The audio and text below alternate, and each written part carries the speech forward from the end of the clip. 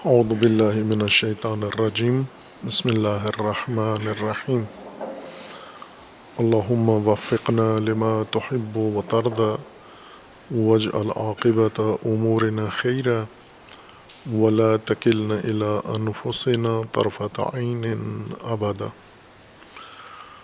رب ادخلنی مدخل صدق واخرجنی مخرج صدق واجعل لی من لدنک سلطانا نصیرا۔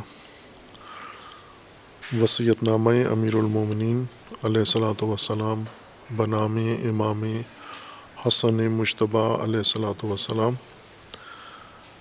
اس وصیت نامہ کے آغاز میں ہی امیر المومنین فرماتے ہیں فإنی اوصیک بتقوی اللہ ای بنی ولزوم امرہ وامارۃ قلبک بذکرہ والاعتصام بحبلہ وأي سبب أوثق من سبب بينك وبين الله إن أنت أخذت به أحيي قلبك بالموعظة وأمته بالزهادة وقوه باليقين ونوره بالحكمة وذلله بذكر الموت وقرره بالفناء وبصره فجائع الدنيا وحذره صولة الدهر وفوش تقلب الليالي والأيام وأعرض عليه أخبار الماضين وذكره بما أصاب من كان قبلك من الأولين وسر في ديارهم وآثارهم فانظر فيما فعلوا أما انتقلوا وأين حلوا ونزلوا فإنك تجدهم قد انتقلوا عن الأحبة وحلوا دار الغربة وكأنك عن قليل قد صرت كأحدهم۔ وصیت نامہ کے اس حصہ میں امیر المومنین علیہ الصلاۃ والسلام خطاب فرماتے ہیں اے بنیہ میرے پیارے فرزند، تجھے تقوی الہی کی وصیت کرتا ہوں اور اس کے اوامر کی پابندی کی وصیت کرتا ہوں۔ اپنے دل کو ذکر الہی سے تعمیر کر، آباد کر، اور حبل الہی سے تمسک کر کے اپنے آپ کو محفوظ بنا۔ وَأَيُّ سَبَبٍ أَوْثَقُ مِنْ سَبَبٍ بَيْنَكَ وَبَيْنَ اللَّهِ إِنْ أَنْتَ أَخَذْتَ بِهِ، اور وہ سبب واسطہ جو اللہ نے تیرے اور اپنے درمیان قائم رکھا ہے اس سے بڑھ کر قابل اعتماد کوئی اور سبب نہیں ہے اگر تو اس واسطے کو اللہ سے رابطے کے لیے اختیار کر لے تو۔ اور پھر فرماتے ہیں احی قلبک بالموعظہ، اپنے دل کو وعظ سے زندہ کر، وامتہ بالزہادہ، اور زہد سے اس کے اندر جو خواہشات ہیں، ہوا و ہوس ہے، اس کو مار دے۔ وقوہ بالیقین، اور یقین کے ذریعے اپنے دل کو تقویت کر۔ ونورہ بالحکمہ، اور حکمت کے ذریعے اسے نورانی کر۔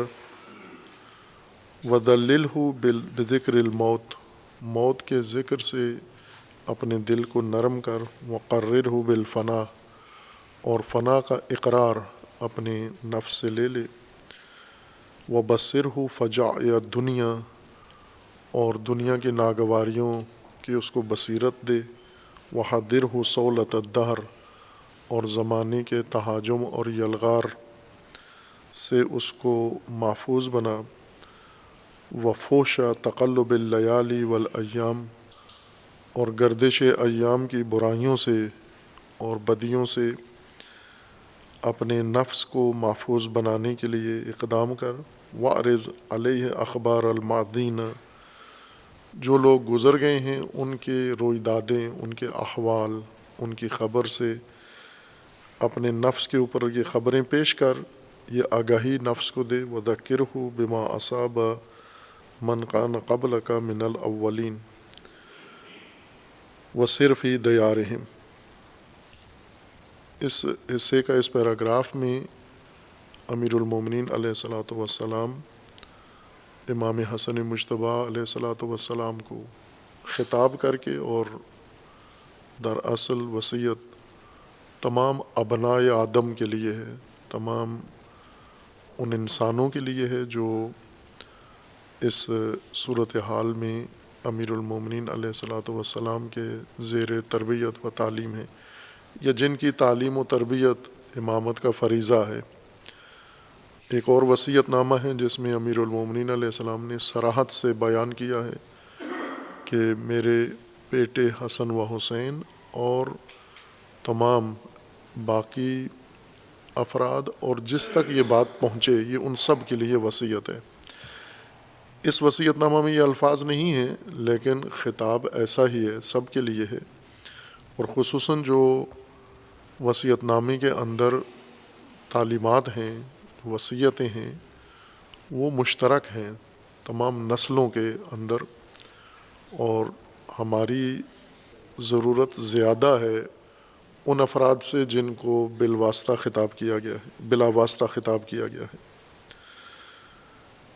امیر المومنین علیہ الصلاۃ والسلام نے ایک توجہ دلائی ہے کہ فجائے دنیا، سولت الدہر اور فوش تقلب اللیالی والایام، یہ اپنے نفس کو محفوظ رکھ، اس سے یعنی 3 خطرات ذکر کیے ہیں۔ ایک فجائے ہیں، فاجعہ سانحہ کو کہتے ہیں، ناگوار چیز، تکلیف دہ شے کو فاجعہ کہتے ہیں، اردو میں بھی کہتے ہیں، عربی میں بھی کہتے ہیں، فارسی میں بھی، کہ بڑا فاجعہ ہے، کسی کی موت ناگہانی یا کسی کے اوپر کوئی حادثہ وارد ہو جائے۔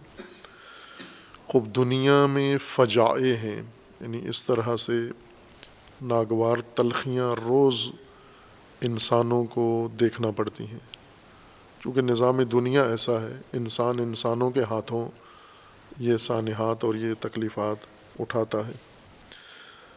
وحذرہ سولۃ الدہر، اور زمانے کی یلغار دوسری مشکل ہے جو انسان کے سامنے ہے اور انسان اس کی زد میں ہے۔ اور تیسری چیز ہے فوش تقلب اللیالی والایام، گردش لیل و نہار، دن رات کی اس گردش میں جو برائیاں ہیں، فوش ہیں، یہ بھی انسان کے لیے خطر ہیں۔ اور آگاہ انسان، بابصیرت انسان، بیدار انسان،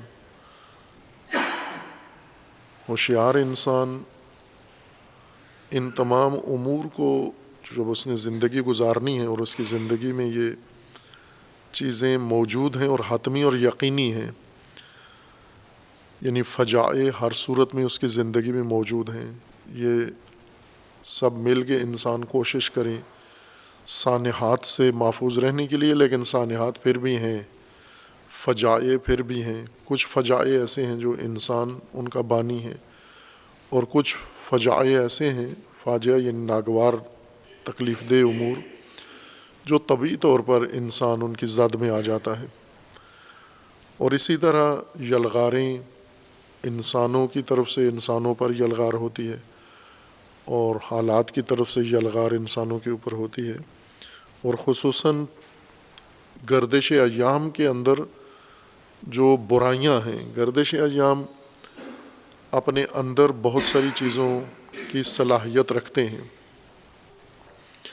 جیسے ہم ملاحظہ کریں علمی طور پر بھی اور دینی طور پر قرآن کریم نے بھی یہ خصوصیت ہواؤں کے لیے ذکر کی ہے کہ ہوائیں جب چلتی ہیں تو کوئی ہوا خالی نہیں ہوتی، ہر ہوا اپنے اندر کچھ نہ کچھ چیز اٹھائے ہوئے آپ کے لیے لا رہی ہے۔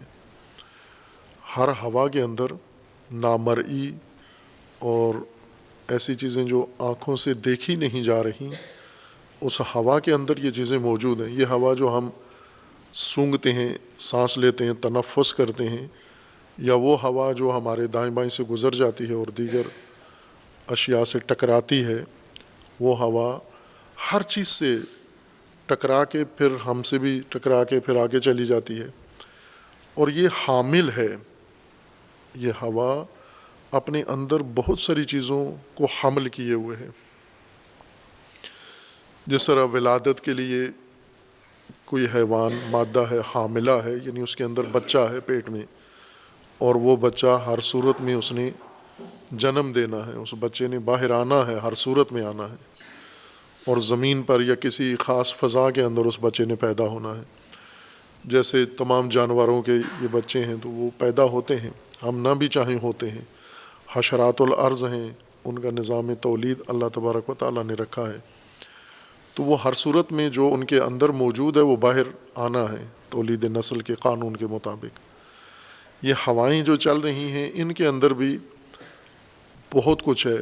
ان کے اندر درختوں کو پھلدار بنانے کے لیے بیج ہے ان کے اندر، اور اسی طرح جراثیم ہیں ان کے اندر متعدد جاندار اور بے جان اشیاء ہیں، ذرات ہیں، اپنے اندر اٹھا کے جا بجا منتقل کرتی ہیں یہ ہوائیں. یہی خصوصیت جو ہواؤں کے لیے قرآن کریم نے ذکر کی ہے کہ ہوائیں لواقع ہیں، تلقیح کا عمل کرتی ہیں. یعنی ہوائیں بھی دوسرے اشیاء کو، پھلدار درختوں کو یا دیگر درختوں کو باقاعدہ حاملہ بناتی ہیں یہ ہوائیں. کئی درخت ہیں جو نہیں دیتے، پھل نہیں دیتے، چونکہ یہ ہوائیں اس درخت سے نہیں ٹکرائیں جو ایسے جراثیم یا ایسے عناصر اٹھا کے لاتی ہیں جس سے اس کا تلقیح کا عمل انجام پاتا ہے. یعنی جفتگیری، تلقیح جفتگیری کو کہتے ہیں، نار و مادہ کی. اب درختوں میں، پھلوں میں، کھیتوں میں یہ جفتگیری کا عمل ہوائیں انجام دیتی ہیں. ایک درخت سے اس کا بور اٹھاتی ہیں، دوسرے درخت کے اوپر جا کے چھڑک دیتی ہیں، یا ایک درخت سے مفید عناصر لیتی ہیں، دوسرے کسی کھیت میں جا کر ان کو ہوائیں پہنچا دیتی ہیں، اور اسی طرح بیماریاں بھی پہنچاتی ہیں، مختلف چیزیں پہنچاتی ہیں. امیر المومنین علیہ الصلوۃ والسلام فرماتے ہیں کہ یہ گردش لیل و نہار، زمانہ جو دن رات کی صورت میں گزر رہا ہے، اور پھر ہفتے اور مہینے کی صورت میں گزر رہا ہے، سال اور صدیوں کی صورت میں گزر رہا ہے. زمانہ بھی اپنے اندر بہت کچھ چیزیں رکھتا ہے، حامل ہے زمانہ، اور وہ چیزیں جو اس نے اٹھائی ہوئی ہیں وہ دوسروں تک پہنچاتا ہے زمانہ. اور مختلف چیزیں ہیں زمانے کے اندر، ان میں سے خصوصیت کے ساتھ جس کی طرف توجہ امیر المومنین علیہ الصلوۃ والسلام دلا رہے ہیں ہماری، وہ ہے فوش، یعنی برائیاں، بدیاں، ایسی ناگوار چیزیں جو انسان کے لیے تباہ کن ہیں. زمانہ اپنے اندر وہ نطفے، وہ جراثیم، وہ ارکان اٹھا کے گھوم رہا ہے، اور یہ جو زمانہ گزر رہا ہے، گردش ایام ہے، آ رہا ہے اور جا رہا ہے. یعنی ہر روز انسان کے لیے، ہر دن اپنے اندر بہت ساری چیزیں اٹھا کے لاتا ہے، اور وہ اثرات اپنے انسان کے اوپر چھوڑ کر چلا جاتا ہے. اگر انسان متوجہ ہو کہ ہوائیں اپنے اندر، جیسے وبا آئی، اس وبا نے دنیا کو نقصان بھی پہنچایا اور ایک طرح سے آگاہی بھی دی لوگوں کو. گردش ایام، زمانہ اپنے اندر ہواؤں سے زیادہ آثار لے کر آتا ہے. ہواؤں میں اگر ہم خود بھی دیکھنا چاہیں تو نظر آتی ہیں. مثلاً کبھی کبھار ہم کسی کمرے کے اندر بیٹھے ہوتے ہیں سائے میں، اور اس کے دریچے سے دھوپ ایک باریک لائن کی صورت میں، لکیر کی صورت میں اندر آتی ہے. دائیں بائیں اندھیرا ہوتا ہے، ایک لکیر سی دھوپ کی اندر آتی ہے، اور اس میں ہمیں غبار نظر آتا ہے. اور اتنا غبار، مائیں کہ صاف ہے ہوا، سائے میں کچھ نظر نہیں آتا، لیکن اس دھوپ کے اندر شدید غبار ہمیں نظر آتا ہے. اور اگر اہتمام کریں ہم، ایک مائکروسکوپ لے کر ہم اسی غبار کو دیکھیں، ہوا کو دیکھیں، تو سانس لینا چھوڑ دیں گے ہم. وبا کے دنوں میں اب یہی کہا گیا کہ یہ ہوائیں اس وائرس کو اپنے اندر اٹھاتی ہیں اور دوسروں تک منتقل کرتی ہیں. ایک انسان کھانستا ہے جب، یا چھینکتا ہے، تو اس کے منہ سے جراثیم نکلتے ہیں، وہ ہوا اٹھا لیتی ہے. وہ ختم نہیں ہو جاتے، نظر نہیں آتے ہمیں، ہوا میں پھیل جاتے ہیں. اور ان جراثیم کی خصوصیت یہ ہے کہ یہ جہاں بھی ہوں مسلسل تولید نسل کر رہے ہوتے ہیں، ہر آن ان میں اضافہ ہو رہا ہوتا ہے. مثلا اگر آپ ابھی دیکھیں کہ یہاں اتنے جراثیم ہیں، دوسرے آن میں دیکھیں تو وہاں پر ان کی کئی گنا زیادہ تعداد ہو چکی ہوگی، اور یہ ہوائیں ان آثار کو، ہماری کھانسی اور چھینک سے جو کچھ باہر آتا ہے، یہ اٹھا کے ہوائیں منتقل کرتی ہیں، منتشر کرتی ہیں، آس پاس بیٹھے ہوئے لوگوں تک پہنچا دیتی ہیں، تو دوسرے بھی چھینکنا شروع کر دیتے ہیں، دوسروں کو بھی یہ بیماری لگ جاتی ہے۔ ہمیں حکم دیا گیا یا بتایا گیا کہ ماسک استعمال کریں تاکہ یہ ہوا جو حامل ہے جراثیم کی، یہ اسی طرح ناپاکی کی حالت میں آپ کے تنفس میں نہ چلی جائے، یہاں فلٹر ہو جائے، چھن جائے یہ ہوا اور اس کی آلودگی رک جائے، ماسک کپڑا روک لے اور خالص ہوا یا اس جرثومے کے بغیر ہوا آپ کے اندر جسم میں داخل ہو۔ یہ تدبیر کی اور مؤثر تھی، اور یہ وبا کے بغیر بھی ہونی چاہیے، چونکہ اس جراثیم کے علاوہ ہزاروں جراثیم و شاید لاکھوں جراثیم موجود ہیں فضا کے اندر، دھواں ہے، آلودگی ہے، ہم محسوس کرتے ہیں اس کو باقاعدہ۔ خوب اس سے بچنے کے لیے کبھی کبھار ہم عمل کرتے ہیں، جب ماحول بنایا جائے، ماسک لگائے جائیں اور احتیاطی تدبیر اختیار کی جائے۔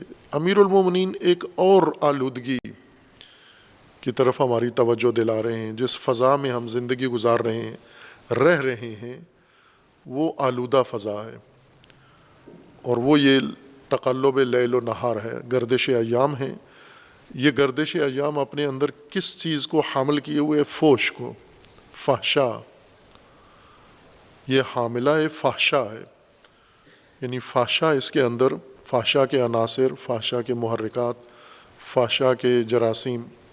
فوش عربی زبان میں اس چیز کو کہتے ہیں جو حد سے باہر آ جائے، کھل جائے، محدود ہو، حدود کو عبور کر کے اپنی حد سے متجاوز ہو کے باہر آ جائے، اس کو فحشا کہتے ہیں۔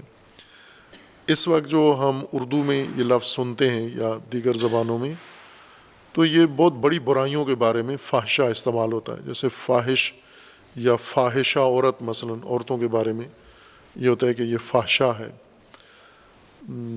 جنسی بے روی کو کہتے ہیں، زنا کو فحشا کہتے ہیں۔ تو یہ ایک مصداق ہے فحشا کا، نہ کہ معنی ہے زنا فحشا کا۔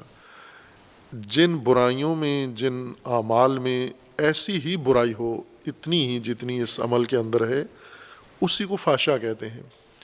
اور یہ عمل اس وقت ہے کہ جب اللہ تبارک و تعالیٰ نے جو حدود مقرر کی ہیں انسان کے لیے، انسان کے اعمال کے لیے، افکار کے لیے، ہر کام کے لیے، جب وہ چیز حد سے گزر، جیسے گفتگو ہے، یہ گفتگو اگر حدود کے اندر رہے یہ مناسب گفتگو ہے، لیکن اگر یہ گفتگو حد سے باہر چلی جائے، حدود تکلم سے، حدود گفتگو سے، حدود کلام سے باہر چلی جائے، یہ فحشا ہے، یہ فحش گفتگو، فوش گفتگو ہے۔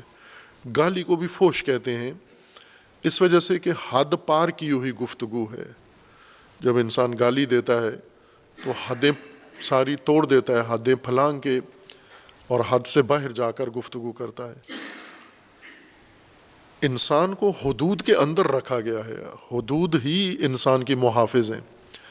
ہم عموماً اس کو پابندی سمجھتے ہیں، لیکن یہ حفاظت ہے، یعنی وہ چیزیں جن کو ہم ان کے ارد گرد حفاظتی حصار بناتے ہیں تاکہ یہ بچ جائیں، محفوظ ہو جائیں۔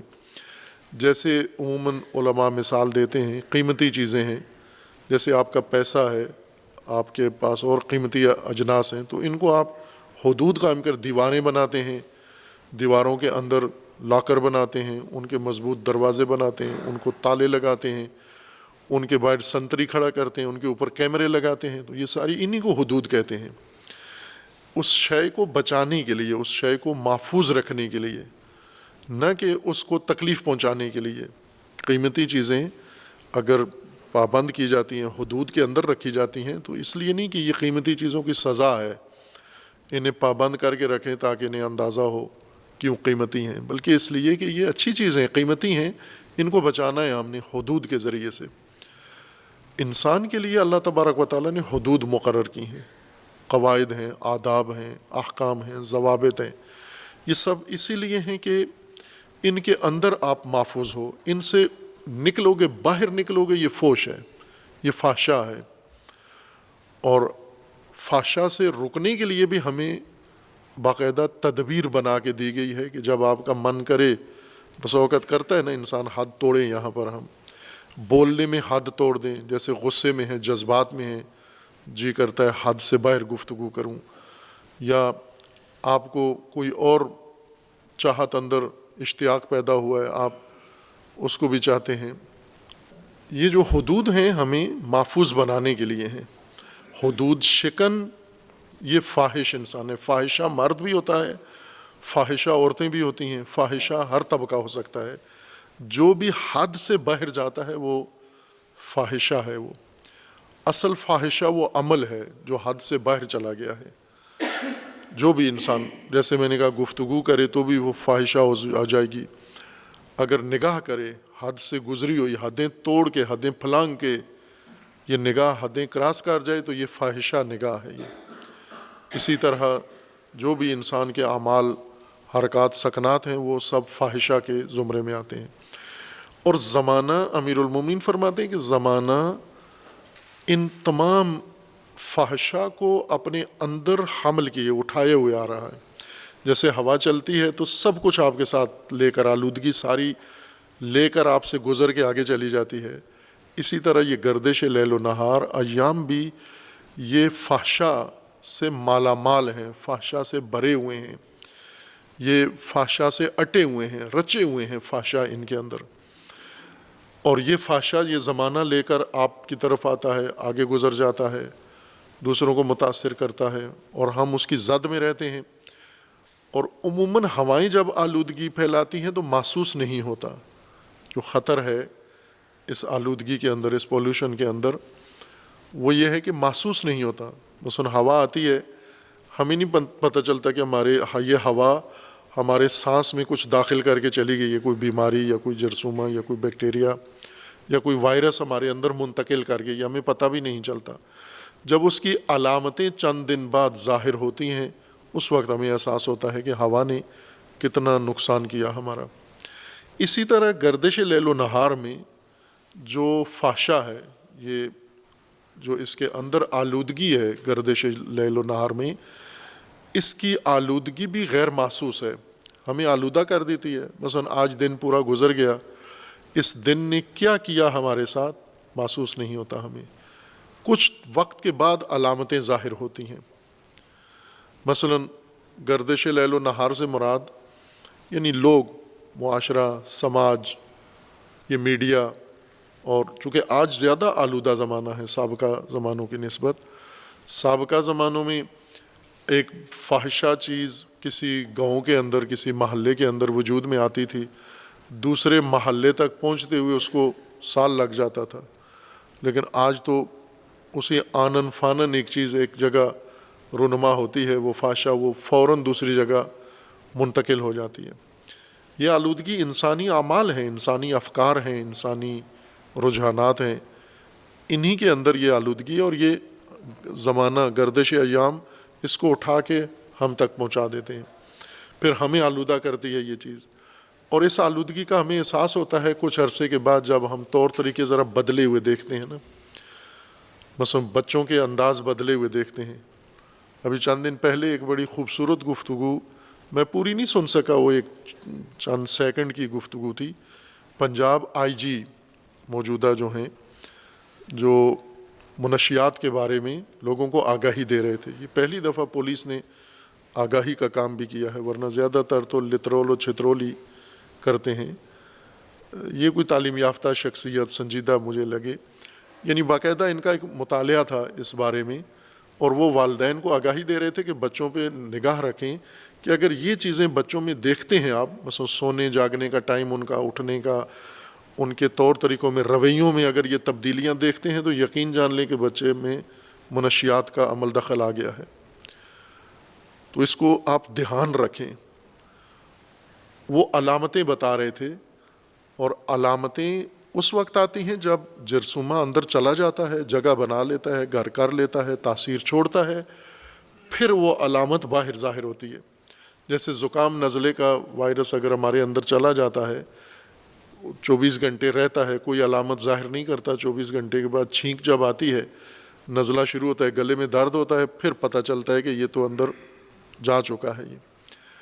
یہ جو فحشا ہے زمانے کے اندر، یہ بھی غیر محسوس طور پر ہماری شخصیت میں منتقل ہو جاتا ہے، اور خصوصاً بے لگام شخصیات اور بغیر حدود کی شخصیات، بغیر حجاب کی شخصیات، بغیر حفاظت کے شخصیات، جب ہم اپنی اور بچوں کی شخصیت کو اس طرح کھلا پلاٹ بنا دیں، ہم جو ہوائیں چلیں جو گردش آئے گزرنے دیں اس کو، تو وہ تو بہت آلودگی پھیلا کے چلی جاتی ہے اس شخصیت کے اندر۔ اس لیے امیر المومنین علیہ السلام فرما رہے ہیں کہ اس زمانے میں زندہ رہنا ہے۔ اب توجہ کریں کہ جس زمانے میں امیر المومنین تھے وہ آلودہ زمانہ تھا۔ اپنی اولاد کو فرما رہے ہیں کہ تو اپنے نفس کو وَبَصِّرْهُ فَجَائِعَ الدُّنْيَا، اے فرزند، اے بنیا، اپنے نفس کو، اپنی شخصیت کو تو زمانے کی ناگواریوں کی بصیرت دے، آگاہی دے۔ تجھے آگاہی ہونی چاہیے کہ کیا فجائع اور کیا سانحات ہیں جو اس دنیا کے طرف سے تیرے اندر منتقل ہوں گے، اور تیرے ساتھ دنیا نے کیا کرنا ہے، کیا ناگوار اور کیا سانحات تیرے ساتھ پیش آنے ہیں۔ یہ تو بچے، تو فرزند ہے، تو میرا تجھے آگاہی، اور تو اپنے نفس کو آگاہی دے۔ اور دوسری چیز جو تجھے اپنے آپ کو آگاہی دینی ہے وہ ہے سولت الدہر، زمانے کی یلغار۔ تو اپنے نفس کو بتا کہ زمانہ جس میں میں زندہ ہوں اس کے اندر ہجوم ہے، تہاجم ہے، یلغار ہے اس کی طرف سے۔ وہ یلغار اپنے نفس کو بتا کہ میں اس طرح کی فضا میں رہ رہا ہوں، اور مجھے اس یلغار سے اپنے آپ کو بچنا ہے اور بچانا ہے۔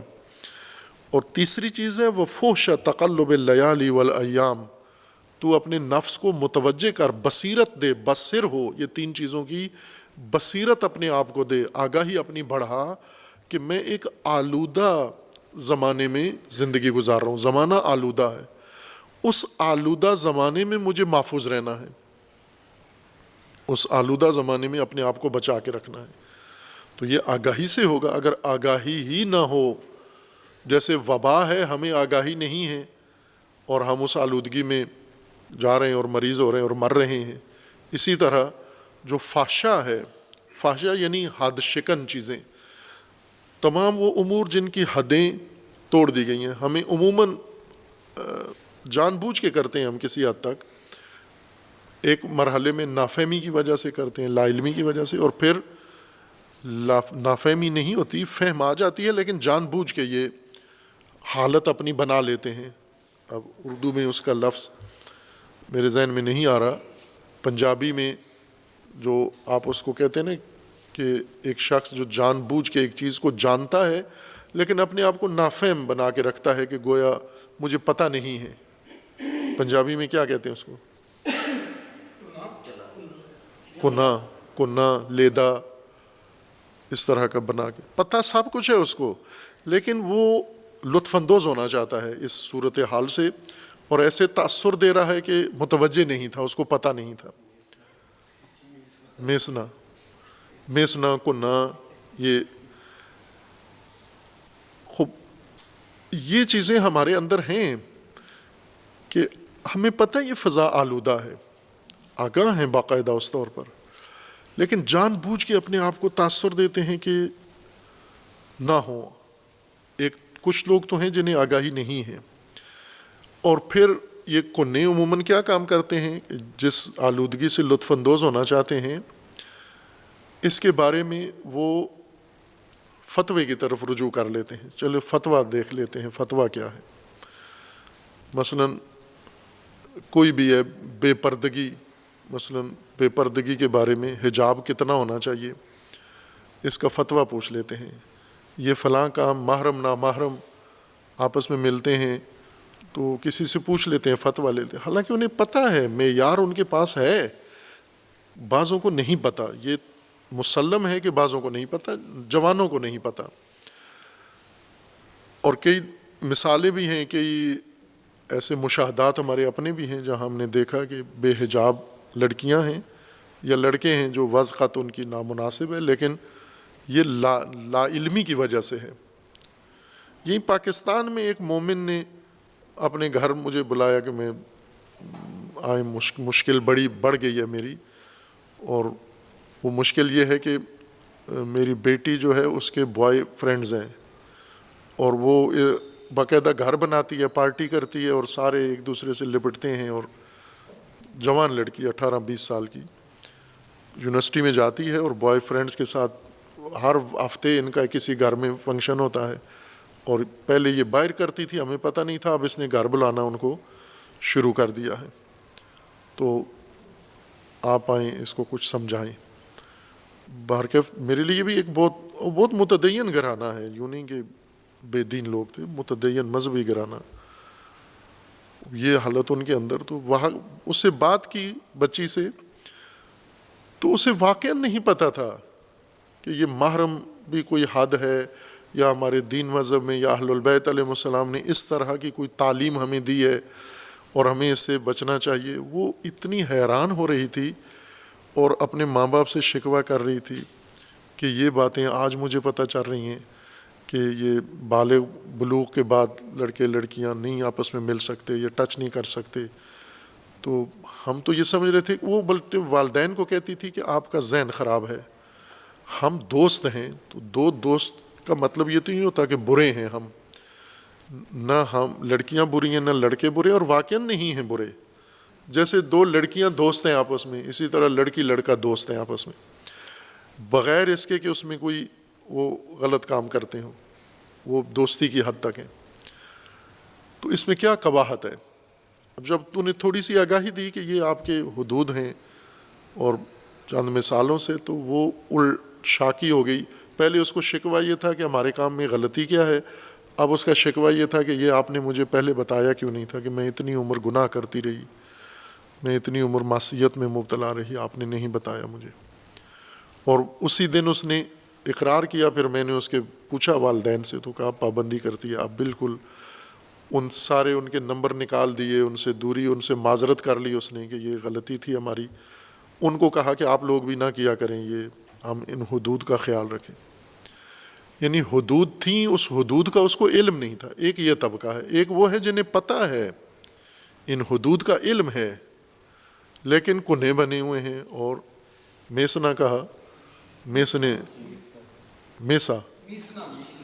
بنے ہوئے ہیں، میسنا جان بوجھ کر اپنے آپ کو غفلت میں، لا علمی میں ڈالا ہوا ہے۔ یہ زیادہ بڑے مجرم ہیں۔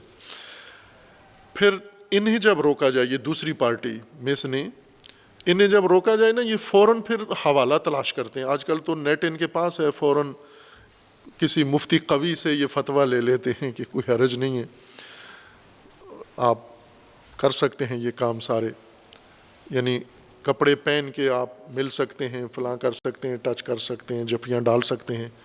ایسے مفتی بھی تو موجود ہیں اور انہیں جواز مل جاتا ہے۔ ایک سیدھی سی بات میں آپ کو بتاتا ہوں دین و شریعت کو سمجھنے کے لیے، اگر نہیں بھی ہے فتاویٰ کا علم آپ کو، تو آپ فتاویٰ کا معیار سمجھ لیں۔ جس طرح کھانے پینے میں آپ ہر چیز میں کہ کھانے سے اگر بدبو آ رہی ہے تو آپ فتویٰ نہیں لیتے، آیت اللہ کی طرف رجوع نہیں کرتے کہ دال رات کو پکی تھی، فریج میں نہیں رکھی تھی، باہر پڑی رہی ہے، ابھی اس میں بو آ رہی ہے، آیت اللہ صاحب بتائیں کہ یہ کھائی جائے یا نہ کھائی جائے۔ آج تک کسی نے رجوع نہیں کیا، کیونکہ خود بدبو آ رہی ہے۔ یہ بدبو خود فتویٰ ہے کہ نہیں ہے مناسب، نہ کھاؤ اس کو آپ۔ اور اس طرح کے اور اعمال جو روزمرہ ہم خود احتیاط کرتے ہیں، مراد کرتے ہیں۔ اگر ہمیں آلودگی نظر آ جائے، پانی آلودہ ہے، گلاس میں لے کر آئیں، گلاس دھلا ہوا نہیں ہے، وہ واپس کر دیتے ہیں۔ کئی تو بہت زیادہ احتیاط کرتے ہیں، وہ اگر گلاس کو کوئی صاف ستھرا دھلا ہوا بھی ہو، اگر کوئی بندہ اس گلاس کو ٹچ کر لے، اس میں پانی نہیں پیتے، بہت محتاط ہو جاتے ہیں، نفیس ہو جاتے ہیں۔ تو یہ فتوے سے تو نہیں کرتے یہ چیزیں، یہ شعور کی وجہ سے کرتے ہیں ہم۔ جہاں آلودگی ہمیں علم ہو جائے کہ یہاں آلودگی ہے، وہاں اجتناب کرتے ہیں اور ٹھیک کرتے ہیں۔ آپ یہ احتیاط جاری رکھیں، آلودگی سے بچیں آپ، اور آلودگی کے بارے میں آپ میسنے نہ بنیں، کونے نہ بنیں، لا علم نہ بنیں اپنے آپ کو۔ اپنی آگاہی پر بھروسہ کریں، اعتماد کریں، اور ہر طرح کی آلودگی، کھانے کی آلودگی، پینے کی آلودگی، یا باہر آپ جاتے ہیں جب ہوٹلوں پہ، بازاروں میں، تو وہاں تو آلودگی ہی آلودگی ہے، شہر میں ہر طرح کی آلودگی ہے، اس سے پرہیز کریں آپ۔ امیر المومنین بھی یہی فرما رہے ہیں کہ یہ آلودگی، اس سے پرہیز کریں۔ آلودگی کا میں آپ کو ایک معیار بتا دیتا ہوں کہ یہ معیار ہے آلودگی کا۔ وہ چیز جو حد شکنی ہوئی ہو، جس کی حد توڑ دی گئی ہو، حد سے باہر جو چیز چلی گئی ہو، وہ سمجھیں فوش ہے، وہ فحشا ہے، اس کے لیے فتویٰ کی ضرورت نہیں ہے۔ جو چیز حد کے اندر ہے وہ درست ہے۔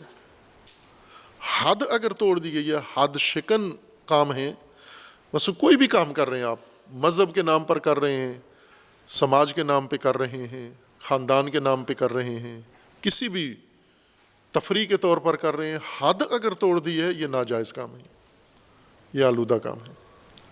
اب اس کے لیے نہ پوچھنے آ جاؤ کہ یہ کریں تو کر سکتے ہیں، وہ کریں، یہ جھانسا دینا ہے۔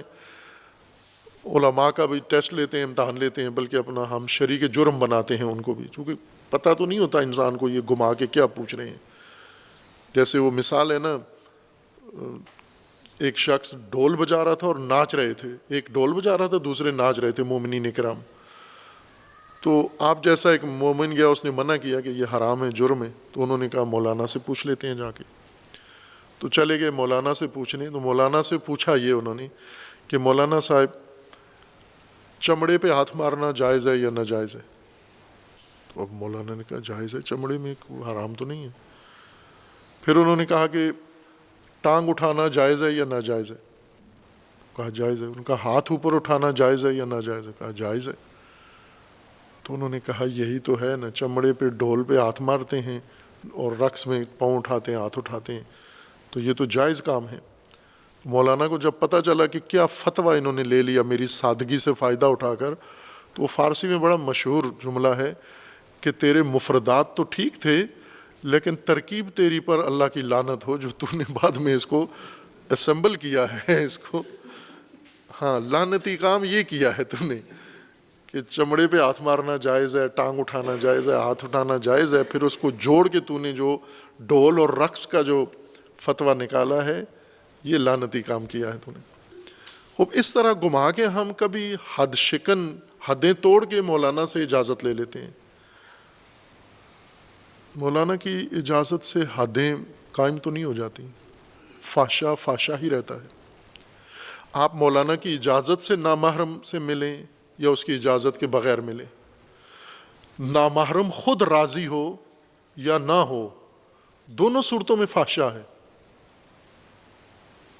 جیسے آپ کسی کے گھر میں جائیں، ان کی اجازت سے گندا پانی پی لیں یا ان کی اجازت کے بغیر گندا پانی کے لیں، دونوں صورتوں میں گندا پانی ہے۔ اجازت سے گندا پانی صاف نہیں ہو جاتا، یا یوں نہیں کہ اب آپ کے پیٹ میں کوئی خرابی نہیں کرے گا۔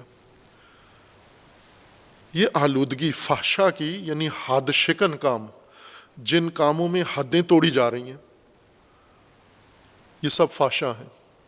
اب ہم خوشی کے موقع پہ عموماً حدیں توڑ دیتے ہیں، اور بعض اوقات تو غمی کے موقع پہ بھی حدیں توڑ دیتے ہیں ہم۔ جشن و سوگ ہمارے، ان میں حد شکنی ہم پہلا اپنا فریضہ سمجھتے ہیں۔ جو خوشی کا موقع ہے، عموماً ایک دلیل خوشی کا موقع ہے۔ جیسے آج وہ خطبے میں میں نے اشارہ کیا کہ یہ جتنے فاسد سیاستدان ہیں، ان کا فساد جب سامنے آتا ہے تو ان کے چیلے کیا کہتے ہیں، یہ ان کا ذاتی فعل ہے۔ یعنی ذاتی فعل اتنا گندا ہونا چاہیے، لیڈر کی ذات بے شک گندی ہو، آلودہ ہو، وہ کوئی قباحت نہیں، آپ کو برا نہیں لگتا۔ اگر تمہاری بیویاں اٹھ کے یہی حرکتیں کریں اور بیوی تجھے یہ کہے کہ یہ ازدواجی لحاظ سے تو میں ٹھیک ہوں نا، وہ تو میرا ذاتی کام ہے، میں جو ملتی ہوں، چیٹنگ کرتی ہوں نامحرم لوگوں سے، ذاتی فعل ہے، ذاتی فعل پہ تو نے ویسے آنکھیں بند کی ہوئی ہیں۔ جب تو لیڈر کے ذاتی فعل پہ آنکھیں بند کر سکتا ہے، بیوی کے ذاتی فعل پہ کیوں نہیں بند کرتا؟ شوہر کے ذاتی فعل پہ کیوں نہیں بند کرتے آپ؟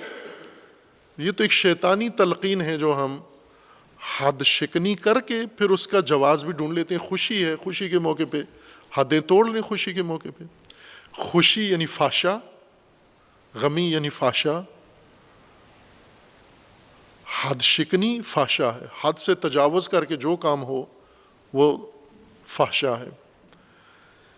اور امیر المومنین فرماتے ہیں کہ اپنے نفس کو بصیرت دو، لیل و نہار، دن رات کے اندر جو فحشا کی آلودگی ہے، اس آلودگی کے متعلق اپنے آپ کو بصیرت دو، آگاہی دو۔ ہر انسان کو یہ آگاہی لازمی چاہیے کہ ہم جس فضا میں تنفس کر رہے ہیں کتنی آلودہ فضا ہے، اس کے اندر کتنی امور، حدیں ان کی ٹوٹی ہوئی ہیں، اور جب ہمیں موقع دیتے ہیں تو ہم بھی اس حد شکنی کے کام میں چلے جاتے ہیں۔ فحشا ہے یہ سب۔ ہم بے شک کسی مخصوص عمل کو کہتے ہیں فحشا، مثلا زنا فحشا ہے، باقیوں کو نہیں کہتے۔ قرآن سب کو فحشا کہتا ہے۔ امیر المومنین ہر ٹوٹی ہوئی حد کو فحشا کہتے ہیں۔ گفتگو ہو، میل ملاپ ہو، لین دین ہو، روابط ہوں، تعلقات ہوں، زندگی کا کوئی بھی ایسا شعبہ ہو جس کی حد توڑ دی گئی ہے، وہ فحشا ہے۔ وَبَصِّرْهُ یعنی بصر نفس، اپنے دل کو، اپنے قلب کو بصیرت دو، فجاع دنیا وحذرہ صولۃ الدہر وفوش تقلب اللیالی والایام واعرض علیہ اخبار الماضین وذکرہ بما اصاب من کان قبلک من الاولین وسر فی دیارہم۔ یہ موضوع جو چند ترہیم کی مجالس میں بھی میں نے بیان کیا ہے، کوشش کی ہے کہ مومنین اس کی طرف توجہ کریں، جس سے ہماری غفلت ہے شدید، کہ ہم عموماً جب کوئی ہم میں سے فوت ہو جاتا ہے، مر جاتا ہے، تو پھر اس کے بارے میں بہت ہم اہتمام کرتے ہیں بڑی شدت کے ساتھ۔ اس کی زندگی میں نہیں، اس کی زندگی میں یہ دھیان بھی نہیں ہوتا، خود اس کا بھی نہیں ہوتا کہ میں نے مرنا ہے، ہمیں بھی یہ احساس نہیں ہوتا، بلکہ ہم اس کو موت سے بچانے کے لیے پوری کوشش کرتے ہیں۔ پورے دنیا کا میڈیکل سسٹم جو ہے وہ اسرائیل روکنے کے لیے بروئے کار لے آتے ہیں، بلکہ بسا ہوگا تو مر جاتے ہیں، وینٹیلیٹر کے ذریعے اس کی مصنوعی زندگی جاری رکھتے ہیں۔ یعنی موت ایسی چیز ہے جس سے ہم بالکل نہیں سامنا کرنا نہیں چاہتے ہیں۔ اگر کوئی ہمارے بس سے نکل جائے، کوئی بوڑھا آدمی مثلا 100 سالہ بوڑھا ہے، ہم نہ وہ چاہتا ہے مرنا، نہ ہم چاہتے ہیں یہ مرے، یہ تو موت ہے، طبیعی چیز ہے، اب اس کو مرنا ہے۔ ہمارے لیے صدمہ ہے، دکھ ہے، ہمارا عزیز ہے، آج تک ہمارے ساتھ ہے، کل نہیں ہوگا، یہ اپنی جگہ احساس۔ لیکن موت کی راہ میں تو آپ رکاوٹیں نہیں ڈال سکتے، موت کو تو نہیں روک سکتے آپ۔ موت ایک قانون ہے اللہ تبارک و تعالیٰ کا، اور حتمی ہے اور یقینی ہے، اور اس سے زیادہ یقینی کوئی اور چیز نہیں ہے۔ اس کے مرنے تک ہم سرے سے موت سے غافل ہوتے ہیں، جو مر گیا ہے وہ بھی، اور جو اس کے عزیز رشتہ دار ہیں۔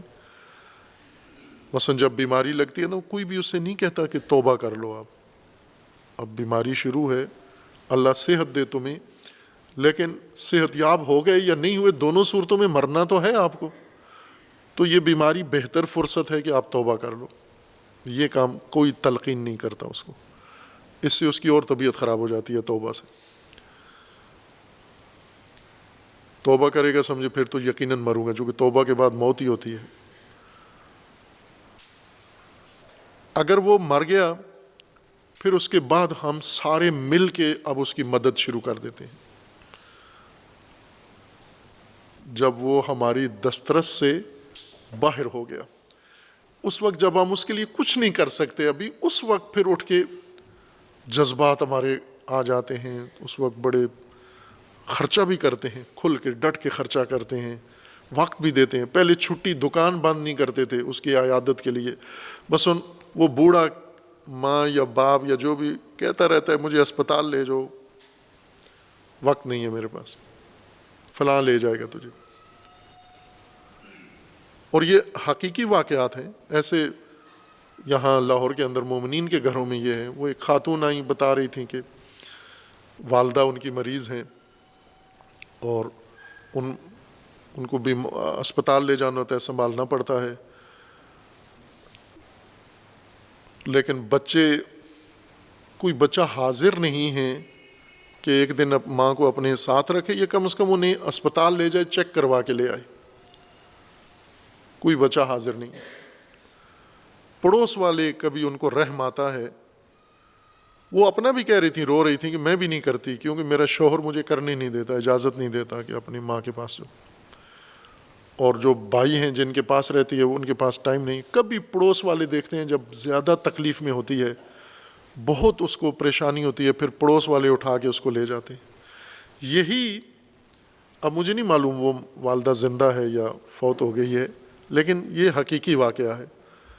اب یہی اگر فوت ہو گئی جس دن، اب ان بچوں کی حالت دیکھیں، ان کی اداکاری دیکھیں، یہ ایک دوسرے کے گلے لگ رہے ہوں گے اور فلاں فلاں، پھر جو ان کی ایکٹنگ دیکھیں آپ اس کو.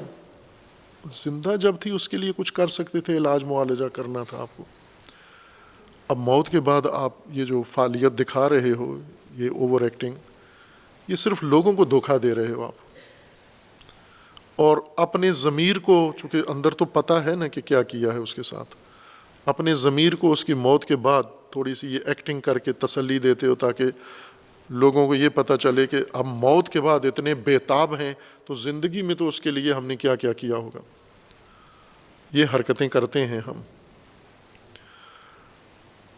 اور پھر اس کے لیے اب محنت شروع کر دیتے ہیں کہ اب وہ فوت ہو گئے، ہم ان کے لیے کیا کریں، تاکہ اب کیا کر سکتے ہیں آپ؟ اگر آپ ان کے لیے کچھ کر سکتے ہوتے تو پھر موت بے معنی ہو جاتی ہے. اگر موت کے بعد بھی آپ ان کے لیے بہت کچھ کر سکتے ہیں تو پھر فائدہ، وہ تو موت ہی نہیں ہے نا. موت کا تو مطلب یہی ہے کہ کٹ گیا سلسلہ، ختم ہو گیا، ادھر سے کٹ گیا، اب آگے ہے سارا. جو کر گئے وہی ساتھ ہے، مزید کوئی کارروائی نہیں ڈالی جا سکتی. جو خود چھوڑ گئے ہیں پیچھے وہ ہے، اس کا اجر ان کو مل رہا ہے، فائدہ مل رہا ہے. لیکن ہم جو اہتمام کرتے ہیں وہ ان کے لیے کسی کام نہیں آتا. یہی وہ نقطہ ہے جو امیر المومنین علیہ الصلوۃ والسلام یہاں فرما رہے ہیں کہ اس مرحلے سے پہلے، موت سے پہلے اپنے آپ کو سنبھال لو، اپنے آپ کو سنوار لو، سنبھل جاؤ موت سے پہلے. اور موت کو اپنی نگاہوں سے غافل ہٹنے نہ دو. موت کا تصور، موت کا منظر، اپنی موت کا، یہ نگاہوں سے اوجھل نہ ہونے دو. اتنے غرق ہو جاتے ہو کام کاج میں کہ آپ کو ہر چیز یاد ہوتی ہے، موت یاد نہیں ہوتی. اور زندگی کا جو رویہ ہے آپ کا وہ ایسا ہے ہی نہیں ہے کہ جس نے مرنا ہے.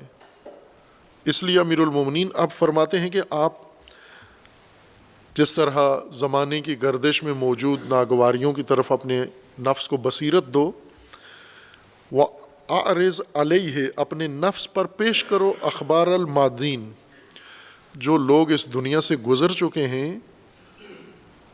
آپ ان کو کچھ دے سکتے ہو نہیں دے سکتے ہو یہ الگ بات ہے، ان سے لو کچھ. یعنی میت سے زندہ چیز، زندہ انسان کوئی توشہ لے، میت سے لے. کیا لے؟ وہ جو ماضی میں گزر چکے ہیں، زندہ تھے جب اور اب گزر چکے ہیں، ان کے حالات اپنے نفس پر پیش کرو. وَأَعْرِضْ عَلَيْهِ، اپنے قلب پر، اپنے دل پر گزرے ہوئے لوگوں کے احوال پیش کرو. وَذَكِّرْهُ بِمَا أَصَابَ مَنْ كَانَ قَبْلَكَ مِنَ الْأَوَّلِينَ، اور جو کچھ ان کے ساتھ ہوا، ما اصابہ، جو کچھ ان کے ساتھ ہوا، جو ان کے ساتھ اچھا ہوا اور جو ان کے ساتھ برا ہوا. اچھا برا ہوا سے مراد یعنی زندگی میں جو خوشگواریاں انہوں نے دیکھیں، جو ناگواریاں انہوں نے دیکھیں جب زندہ تھے. کیا تھے؟ یہ چیز اپنے نفس کو بتاؤ کہ جب یہ زندہ تھے تو اس طرح سے تھے. بما اصاب من کان قبلک من الاولین، آپ سے پہلے جتنے بھی گزر گئے ہیں ان سب کے حالات اپنے قلب پر، اپنے دل پر پیش کرو. وَصِرْفِ دِيَارِهِمْ، اور ان کے شہر میں، ان کی بستی میں، ان کی اقامت گاہ میں، ان کے مسکن میں آپ گردش کرو، سیر کرو، گردش کرو ان کے حالات میں. وَآثَارِهِمْ، اور جو چیزیں وہ پیچھے چھوڑ گئے ہیں ان میں غور کرو، دقت کرو۔ فانظر فیما فعلوا اما انتقلوا، اور یہ دیکھو کہ جب وہ تھے ادھر تو کیا کر کے گئے۔ فانظر فیما فعلوا، کیا کر کے گئے، انجام کیا دے کے گئے، کیسے زندگی گزار کے گئے۔ اما انتقلوا یعنی اس دنیا کو چھوڑ گئے، اس دنیا میں کر کے کیا گئے۔ مثلا اگر 60 سال 70 سال 80 سال زندگی گزاری، کیا کر کے گئے ہیں؟ 80 سال پوری فلم اپنے سامنے حاضر کرو، چونکہ آپ کی آنکھوں کے سامنے زندگی گزار کے گئے ہیں، کیا کر کے گئے ہیں۔ وَأَيْنَ حَلُّوا، اور اب کہاں ہیں، کہاں اترے ہیں۔ جہاں زندگی گزار رہے تھے وہاں سے تو اٹھ کے چلے گئے آگے، کہاں اترے ہیں، کس گھاٹ پہ، کس منزل پہ گئے ہیں۔ وَنَزَلُوا، کہاں پہ اترے ہیں اور کہاں پڑاؤ ڈالا ہے۔ فَإِنَّكَ تَجِدُهُمْ قَدْ انتقلوا عَنِ الْأَحِبَّاءِ، ان گزشتگان کے احوال میں جب آپ غور کریں گے تو یہ آپ کو یہ نظر آئے گا کہ وہ جب زندہ تھے تو احبا، عزیزوں کے اندر، بچوں کے اندر، بیویوں کے ساتھ، بہن بھائیوں کے ساتھ، دوستوں کے ساتھ، عزیزوں کے ساتھ، احبا جن سے ان کو پیار تھا، جن سے ان کو محبت تھی، جن سے ان کا تعلق تھا، ان کے اندر رہے یہ احبا کے اندر۔ وَحَلُّوا دِيَارَ الْغُرْبَةِ، تو اے بیٹے آپ یہ پاؤ گے کہ یہ جو احبا کی محفلوں میں چہکتے تھے یہ چھوڑ گئے ان محفلوں کو، احبا ادھر ہی رہ گئے، یہ کوچ کر کے آگے چلے گئے، اور اب کہاں ہیں؟ دیار احبا سے نکل کر دار غربت میں چلے گئے ہیں۔ غربت تنہائی، ہم غربت فقیری کو کہتے ہیں اردو میں، لیکن لفظ عربی ہے، آپ بے شک غریب کہیں، فقیر کو کہتے رہیں اردو میں، لیکن اصل لفظ عربی ہے اور اس کا مطلب فقیر ہونا نہیں ہوتا۔ غریب ضروری نہیں کہ فقیر ہو، غریب کہتے ہیں بے وطن کو، تنہا آدمی، یعنی جس کا کوئی ساتھی نہ ہو، جس کا کوئی ہم فکر نہ ہو، جس کا کوئی ساتھ دینے والا نہ ہو، وہ غریب ہے انسان، تنہا انسان۔ جیسے ہم آئمہ اطہار کو کہتے ہیں غریب، یعنی تنہا، لوگوں نے تنہا چھوڑ دیا ان کو۔ اب کہاں ہیں یہ احبا کی محفلوں میں زندگی گزارنے والے؟ اب دار غربت میں ہیں، یعنی تنہائی کا عالم ہے۔ اب نہ احبا ہیں، نہ دوست ہیں، نہ بچے ہیں، نہ بیویاں، کچھ بھی نہیں ہے، فقط خود ہیں، کچھ بھی نہیں ہے ان کے ساتھ، اور نہ کوئی ان سے ملحق ہو سکتا ہے، وہاں پر کوئی ساتھی بن بھی نہیں سکتا۔ یہ اب غربت کا ہی عالم ہے، ان کا زمانہ غربت کا شروع ہو گیا ہے۔ وَحَلُّوا دِيَارَ الْغُرْبَةِ وَكَأَنَّكَ، اب امیر المومنین کیا فرما رہے ہیں اس منظر کشی کے بعد کہ اے بیٹا تو غور کر گزرے ہوئے لوگوں کی زندگی میں کہ انہوں نے زندگی کیسے گزاری، گزرنے سے پہلے، جانے سے پہلے رہتے کہاں تھے، کس میں رہ رہے تھے، پھر گئے یہ دیار چھوڑ کر اور کہاں گئے، ابھی کہاں ہیں، احبا سے نکل کر دیار غربت میں جا کر پڑاؤ ڈال لیا۔ اب یہ سب کچھ تو کیوں دیکھ، نہ ان کے لیے کہ ان کے لیے کچھ کر، تو یہاں پر یہ نہیں فرما رہے کہ وہ ادھر تھے، ادھر جب تھے غافل تھے، کھیل کود میں، لہو میں لگے رہے، لاپ میں لگے رہے، اب یہاں سے چلے گئے ہیں، اب تیرے رحم و کرم پر ہیں، اب تو ان کے لیے کوئی فاتحہ کا انتظام کر۔ یہ نہیں فرما رہے، فرمایا وہ تو گئے، چلے گئے، تو اپنی فکر کر، تو اپنی فکر کر، کیا کہ کل تو ہے اس جگہ پہ کھڑا ہوا، آج تو احبا کے درمیان ہے، آج تو دار احبا میں ہے، کل تجھے دار غربت میں جانا ہے، اور جب وہ غربت کے عالم میں جائے گا، یہ احبا جنہوں نے آج تجھے مصروف کیا ہوا ہے، مشغول کیا ہوا ہے، سارا وقت اپنا ان کو دے رہے ہو، اس تنہائی میں کیا کرو گے تم جا کر؟ یعنی اپنے آپ کو ان کی جگہ پر کھڑا کر کہ یہ جو چلے گئے ہیں، یہ آج گئے ہیں، کل میں ہوں ان کی جگہ پر۔ مرنے والوں سے اپنی ہدایت، مرنے والوں سے اپنے لیے نصیحت، مرنے والوں سے اپنے لیے رہنمائی لے۔ ہماری پوری کوشش یہ ہوتی ہے، ہم سمجھتے ہیں کہ ہم تو بالکل محفوظ، ٹھیک ٹھاک، مرنے والا بیچارہ اب مشکل میں ہے، تو میں کوشش کر کے، جس طرح ہمارے گھر میں تو دانے ہیں، روٹی ہے، نان ہے، سب کچھ پکا ہوا ہے، پڑوس والا غریب ہے، اس کے گھر میں روٹی نہیں ہے، چلو کچھ بچا کھچا اس تک پہنچا دوں۔ ہم مرنے والوں کو یوں سمجھتے ہیں کہ ہمارا گھر تو پورا ہے، ہم تو کسی مشکل میں نہیں ہیں، جو زندہ ہیں ساری مشکل مرحوم کو درپیش ہے. اب سارے ملو، مولانا بھی بلاؤ، خطیب بھی بلاؤ، ذاکر بھی بلاؤ، مل کے اس مرحوم کی مشکل حل کرتے ہیں. امیر المومنین کیا فرماتے ہیں؟ اس مرحوم سے اپنی مشکل حل کر. یہ دیکھ وہ کل تیری طرح یہاں تھا اور مصروف تھا، آج تنہائی میں ہے، اور وہ جتنی چیزیں اس کے ساتھ تھیں ایک بھی ساتھ نہیں ہیں، اور ایک بھی اس کو پہنچ بھی نہیں سکتی. نہ بیٹا آج اس کے لیے کچھ کر سکتا ہے، نہ ماں کچھ کر سکتی ہے، نہ باپ کچھ کر سکتا ہے، نہ بہن بھائی کچھ کر سکتے ہیں، اور کل تیرا یہ حال ہونے والا ہے. تو اس تنہائی میں تو اب جو فرصت تیرے پاس ہے، جو موقع تیرے پاس ہے، اس تنہائی کے لیے ابھی سے بہت سارا توشہ بنا لے. وہ چیز جو ساتھ جانی ہے، وہ چیزیں جو نہیں جانی ان کو ادھر ہی چھوڑ. پہلے ایک لسٹ بنا لے، ساتھ کس نے جانا ہے، کس نے نہیں جانا. یہ ہمارے مسعود صاحب ہیں، چند دن پہلے ان کے والد بزرگوار وفات پا گئے. ان سے پوچھ لیں ہم کہ آپ کے والد کے ساتھ کون گیا خاندان میں سے، آپ کے والد نے زندگی میں کس کو وقت دیا زیادہ، مصروفیت کیا رکھی، کیا گیا ان کے ساتھ. گھر چلا گیا ساتھ، پیسہ چلا گیا ساتھ، بچے چلے گئے، بیوی چلی گئی، کیا گیا ان کے ساتھ؟ کچھ بھی نہیں گیا،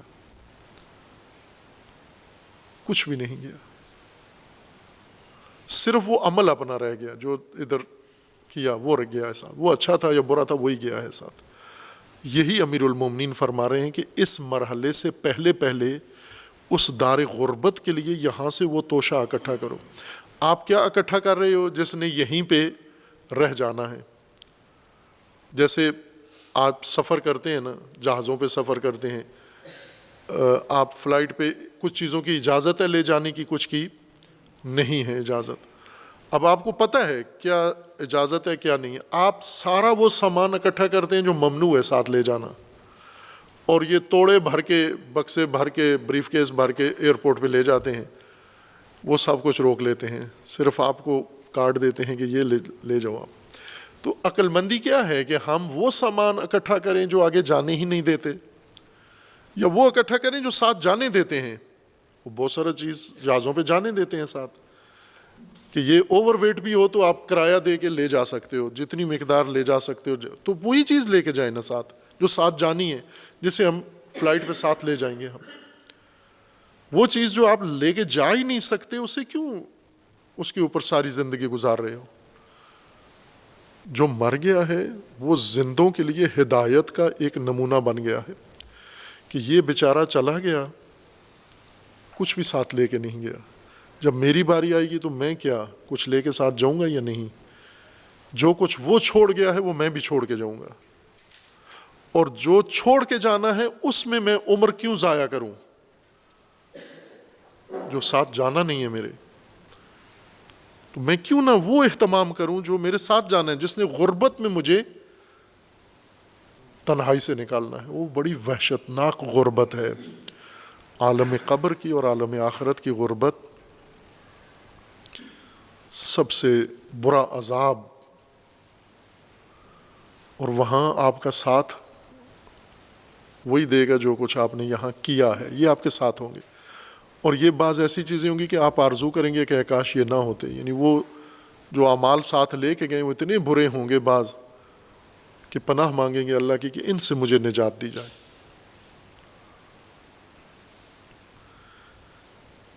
فانظر فیما فعلوا اما انتقلوا، توجہ کریں اس جملے پر دوبارہ. وَأَرِضْ عَلَيْهِ اخبار المادین، اے بیٹے اپنے نفس پر، اپنے دل پر گزرے ہوئے گزشتگان مرحومین کے حالات و اخبار وہ اپنے نفس پر پیش کرو، ان کی زندگیاں.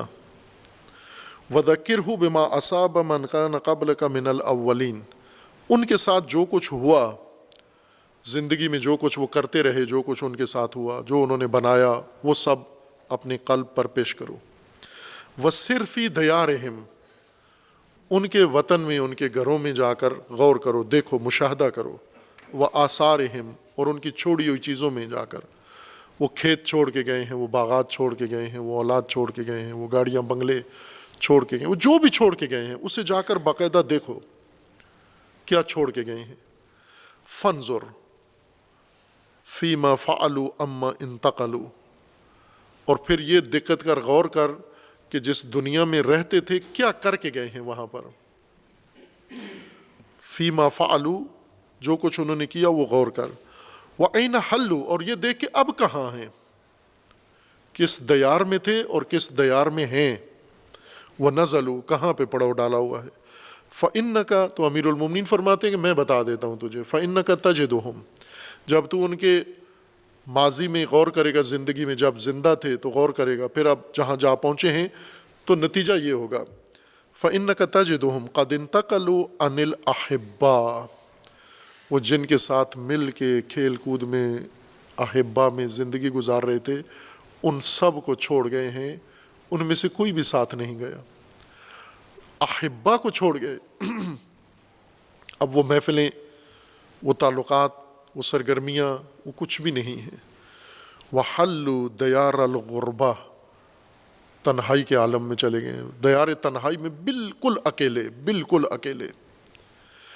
حبیب ترین، قریبی ترین، نزدیک ترین بھی اب ان کے نہ ساتھ جا سکتا ہے، نہ اس غربت کو دور کر سکتا ہے ان سے. وَكَأَنَّكَ عَنْ قَلِيلٍ قَدْ صِرْتَ كَأَحَدِهِمْ، تو ان قریب، بہت جلدی تو بھی انہی کے ساتھ، انہی کی طرح ہونے والا ہے.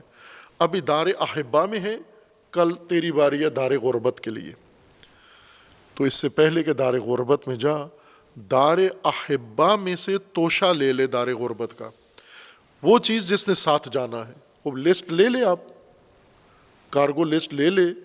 آپ ایئر لائن سے پوچھ لیتے ہو نا کیا مجاز ہے کیا نہیں ہے، کیا لے جا سکتے ہیں کیا نہیں. وہ بتا دیتے ہیں اسلحہ نہیں لے کے جا سکتے، منشیات نہیں کہ لے کے جا سکتے، یہ چیزیں نہیں لے کے جا سکتے. اب اللہ تعالیٰ نے یہ لسٹ دی ہوئی ہے کہ یہ جا سکتا ہے، آگے یہ نہیں جا سکتا. وہ قرآن ہے وہ لسٹ، وہ نہج البلاغہ ہے وہ لسٹ.